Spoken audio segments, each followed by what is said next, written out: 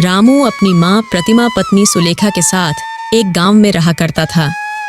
पहले तो रामू के पास काफी जमीन हुआ करती थी और खेती का काम भी अच्छे से चल रहा होता है, पर रामू की माँ बीमार होने के कारण धीरे धीरे उसकी सारी जमीन बिक जाती है और अब रामू के पास खेती करने के लिए जमीन भी कम हो जाती है।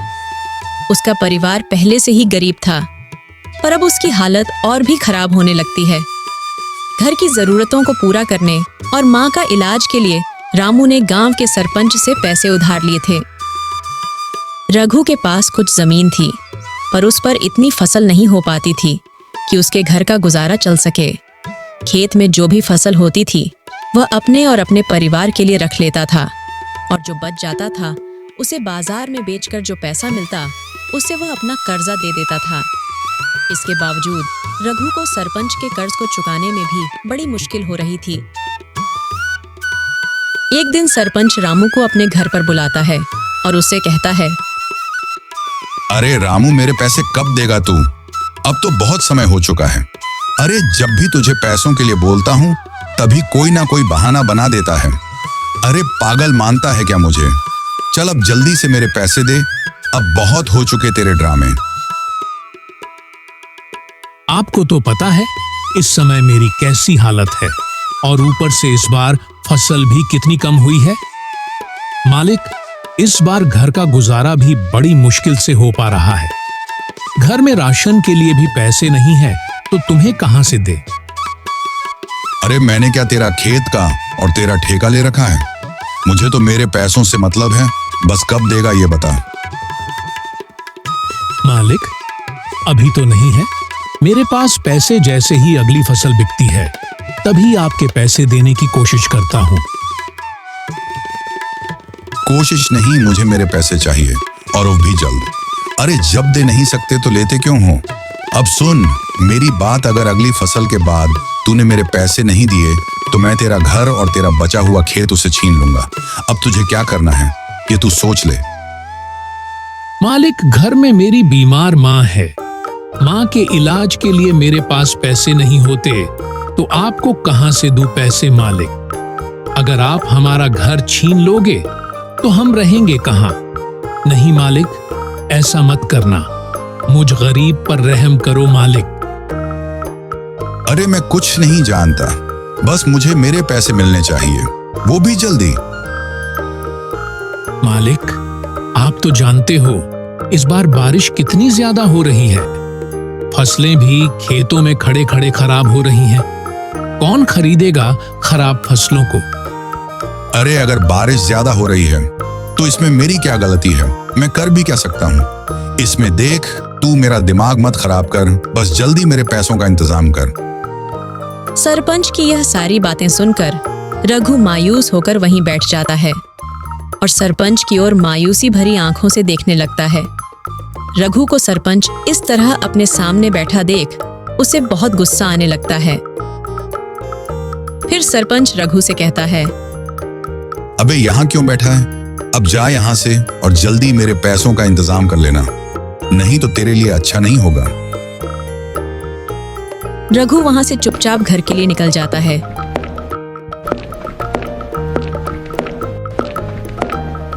रघु की पत्नी रघु को आता हुआ देखकर वह चिल्लाते हुए अपनी सासू माँ से कहता है, माँ देखो रघु आ गए। रघु अपने पत्नी और माँ को देखकर वह अपनी मायूस चेहरे पर तुरंत मुस्कुराहट ले आता है। शीतलपुर गांव में राजेश और श्याम नाम के दो दोस्त रहा करते थे। राजेश बहुत ही मेहनती इंसान था और दूसरी तरफ श्याम बहुत ही आलसी भरा इंसान था जो आलस करके अपने खेतों में काम किया करता था। अरे राजेश बेटा, मैंने सुना है इस साल तुम्हारी बहुत ही अच्छी फसल हुई है। हाँ बाबा, इस बारी अच्छी खासी फसल हुई है। ठीक है बाबा, अब मैं चलता हूँ, मुझे आज अनाज को बेचने के लिए मंडी जाना है। ऐसा कहकर राजेश वहां से चला जाता है। कुछ देर बाद वहां से श्याम अपने खेतों की ओर जा रहा होता है। अरे श्याम बेटा, कहाँ जा रहे हो? बाबा, खेत में फसल कटी पड़ी है, उसी को बोरियों में भरकर जल्दी लेकर मंडी जाना है बाबा। श्याम बेटा, तुम्हारे खेत में इस बार कितनी फसल हुई है? इस बार खेत में बहुत ही कम फसल हुई है। बेटा, तुम्हें पता है तुम्हारा दोस्त राजेश के खेत में बहुत अच्छी खासी फसल हुई है, लेकिन जहां तुम दोनों के खेत हैं, उधर के इलाके की जमीन तो एक जैसी है। फिर तुम्हारे खेत में फसल कम क्यों हुई है? लेकिन उसने तो मुझे कुछ बताया ही नहीं। ठीक है बाबा, चलो मैं चलता हूं।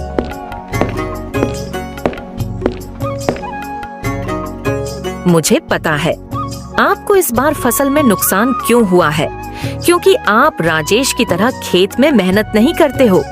आपका जब मन होता है जब ही खेत जाते हो, और अगर ऐसा ही रहा तो हमें हर बार फसल में इस तरह ही नुकसान होता रहेगा।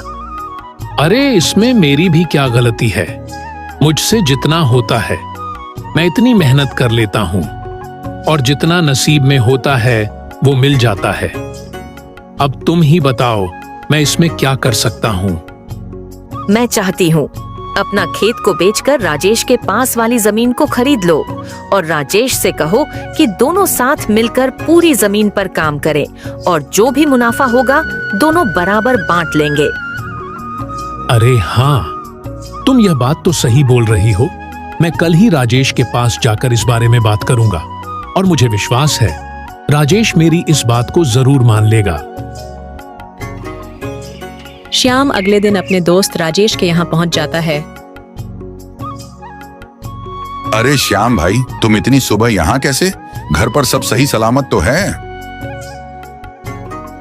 हाँ राजेश भाई, भगवान का शुक्र है, घर सब ठीक है।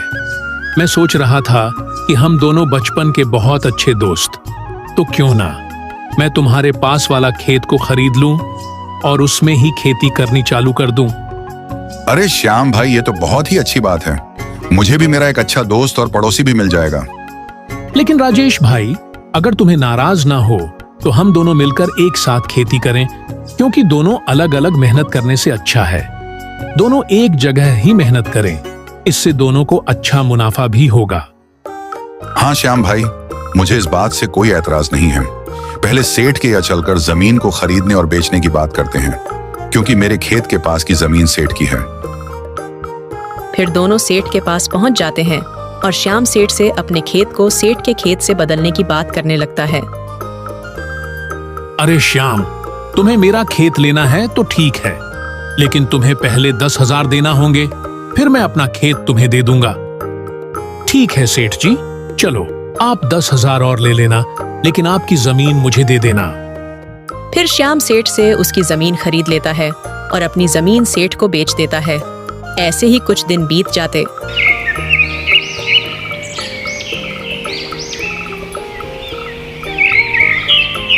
सुनो श्याम भाई, हमें कल खेतों की जुताई करनी होगी, इसलिए कल सुबह तुम तैयार रहना खेत जाने के लिए।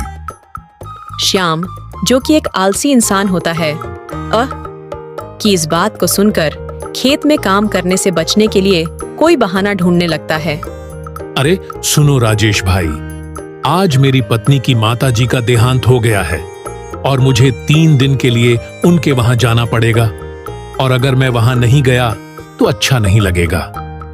हाँ श्याम भाई, यह बात तो सही है, वे तुम्हारी माताजी के समान है, तो तुम वहां चले जाना चाहिए। तुम बेफिक्र होकर चले जाओ, खेत का काम मैं कर लूंगा। मुझे तो ऐसा लग रहा था कि तुम इस बात के लिए बिल्कुल नहीं मानोगे। तुम सच में मेरे बहुत अच्छे दोस्त हो। सुनो जी, आप इतने परेशान क्यों नजर आ रहे हो? क्या बात है जो इतना परेशान दिख रहे हो? अरे कुछ नहीं, श्याम अपनी पत्नी के साथ उसके मायके गया है और खेत में बहुत काम पड़ा है। अरे तो आप परेशान क्यों होते हो? जब तक वह नहीं आते मैं आपके साथ खेत में काम करवा दूंगी। ऐसे ही कुछ दिन बीत जाते हैं, और जब भी खेत में कुछ काम हुआ करता था तो श्याम हमेशा कुछ न कुछ बहाना बना दिया करता था। इसीलिए राजेश बेचारा अकेला ही खेतों का काम करता रहता। सुनो जी, मुझे लगता है जब खेत में कोई काम नहीं होता तो आपका दोस्त घर पर ही रहता है, और जैसे ही आपको खेत में कोई काम होता है, श्याम कुछ ना कुछ बहाना बना लेता है। मुझे तो लगता है वे काम से बचने के लिए जानबूझकर बहाने बनाता है। कभी शहर चला जाता है, कभी अपनी पत्नी के मायके चला जाता है और तो और कभी भी बीमारी का बहाना बना लेता है। ये तुम क्या बोल रही हो? अरे श्याम मेरे बचपन का दोस्त है, वो मुझे कभी धोखा नहीं दे सकता।